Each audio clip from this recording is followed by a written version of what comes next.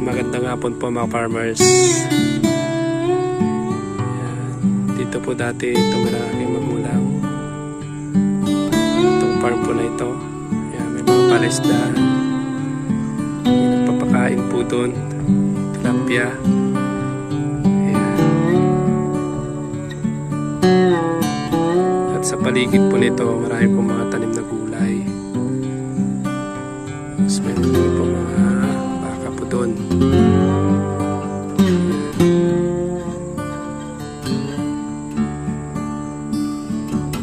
Yan mga farmers, so magandang hapon po ano. Ito pong papakita ko po sa inyo ay tanim po ng isa sa mga kapatid ko po ano, dito po sa place po na ito. So yung nasa likod ko makita nyo po, ito po yung variety po na sili na karamihan po dito yung mga, alam nyo yung mga nagluluto, ginagawa po nilang dynamites. So itong papakita ko ay isa lamang sa mga tanim po nila na sili. So dito kasi sa bukid, sa place po namin, kung saan yung parents po namin nakatira dati dito, ay nagtatanim kami ng mga gulay. So isa dito ay sili, may talong, may ampalaya, may sitaw. Yun po yung mga tanim po nila. So ito, tignan po natin itong tanim po na sili. So ito po yung tanim po na sili po ano. Hindi ako magkamali po nito. Ito po ay Django. So meron pa ako dito nakita na ano, na pinagbasuhan. Ayan, hindi ko alam kung ito po yung dating gamit po niya. So dito mga farmers, ito po yung tanim po na sili na ginagawang dynamite. Yan. So ang haba po yung mga sili po. So kita nyo kung magkano pong sili po ngayon. Hindi ko lang po ang presyo po ngayon ng sili po ano, sa bayan. Pero dito po kasi ito po yung tanim na maramihan. So isa sa mga kapatid ko hindi nagtatanim ng konti-konti lang. Itong pinapakita ko sa inyo mga farmers ay isang part lang po na taniman po ng sili. So marami pa dun sa ibang place, pero ito kasi yung ano, pipitasin nila bukas. So kita nyo dito kami kumuha kanina ng pang-ulam. At ang dami pong bunga. Ayan mga farmers. Ang dami pong bunga mga farmers, makita nyo lang po no.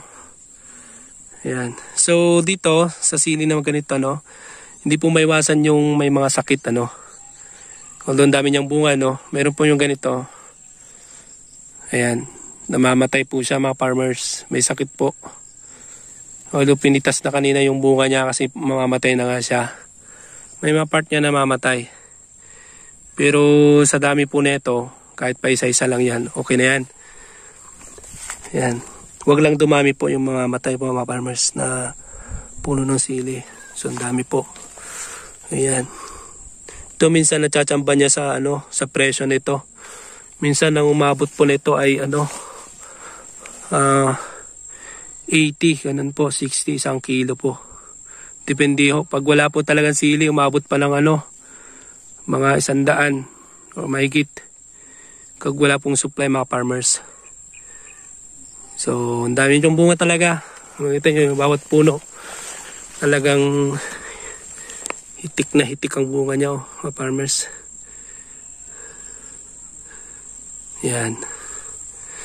So, ang luwang po ito mga farmers. Hanggang doon, pero dito sa baba yung mas maraming bunga.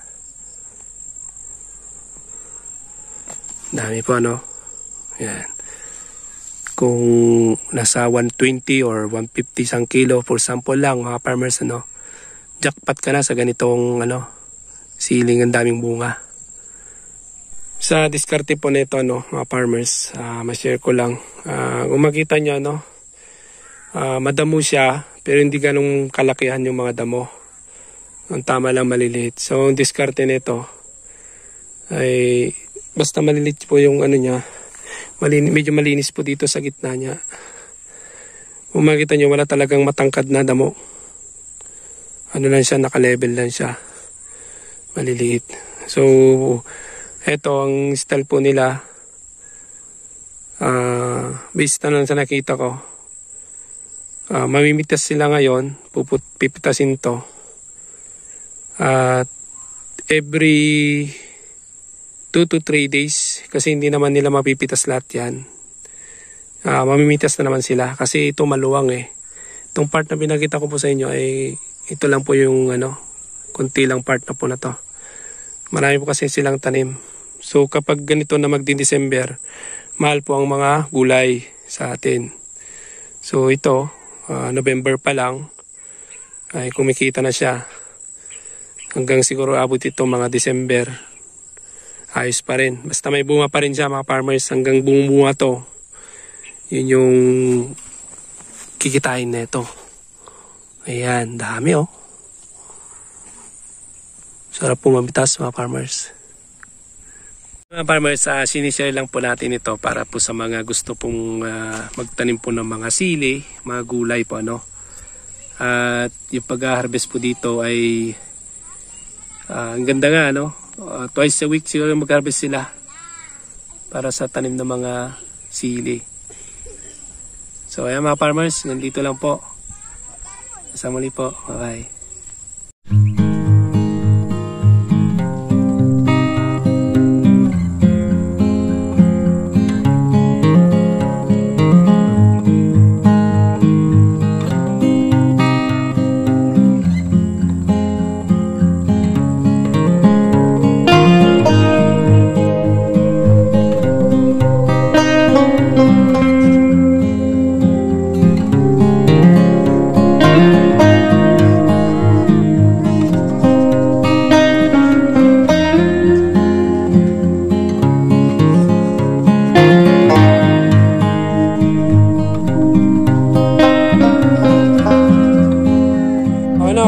Fish? Ano fish? Say hi!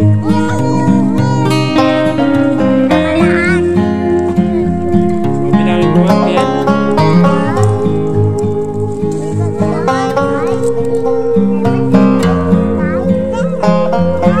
Fish.